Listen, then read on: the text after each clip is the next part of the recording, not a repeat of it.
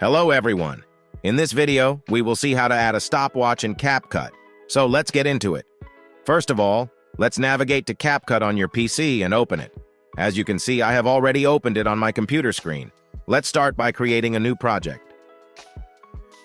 Once you are in the CapCut video editor, we need to import some media files. So navigate to the Media tab and click on Import.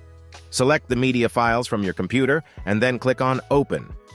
Once the files are imported into the Media tab, drag a file onto the track at the bottom of the screen. Before proceeding, let's have a preview first. You can download stopwatch royalty-free footage from websites like Pexels or Pixabay. I have already downloaded it and imported it into the Media tab. Let's drag it onto a new track above the video clip. We need to adjust this stopwatch footage, so let's navigate to the top right side, and in the Video tab, open the Mask tool.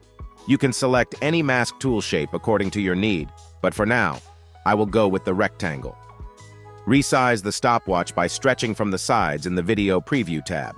Now, open the Video Basic tab and resize the stopwatch footage by sliding the scale line, or you can do this by stretching from the corners in the Video tab, and then set its position anywhere by dragging.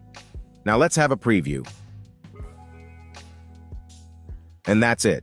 This is how you can add a stopwatch in CapCut. If you found this video useful, please show your support with a like. Your feedback is invaluable to us, so feel free to share your thoughts and suggestions in the comments section below. We're eager to hear from you.